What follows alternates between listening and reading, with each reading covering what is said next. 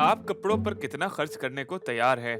क्योंकि शीन के सस्ते कपड़े आपकी सेहत के लिए महंगे पड़ सकते हैं। ग्रीन पीस ने टेस्ट की और कहा, शीन के कुछ कपड़ों में ईयू की हद से ज्यादा खतरनाक केमिकल्स थे। उनके मुताबिक ये केमिकल्स बच्चों की ग्रोथ मुतासिर कर सकते हैं, फर्टिलिटी पर असर डाल सकते हैं, डीएनए को नुकसान और कैंसर का रिस्क बढ़ा सकते हैं। ऐसी रिपोर्ट्स 2022 और 2025 में भी आई थीं। शीन ने कहा था, हम ये आइटम्स हटा देंगे और ईयू सेफ्टी स्टैंडर्ड्स फॉलो करेंगे। लेकिन अब इल्जाम ये है कि उन्होंने सिर्फ वही प्रोडक्ट नंबर्स हटाए जो ग्रीन पीस ने पकड़े थे। इस जैसे कपड़े दूसरे कलर्स और प्रोडक्ट नंबर्स में अब भी ईयू में बिक रहे हैं। और ये पहला मसला नहीं।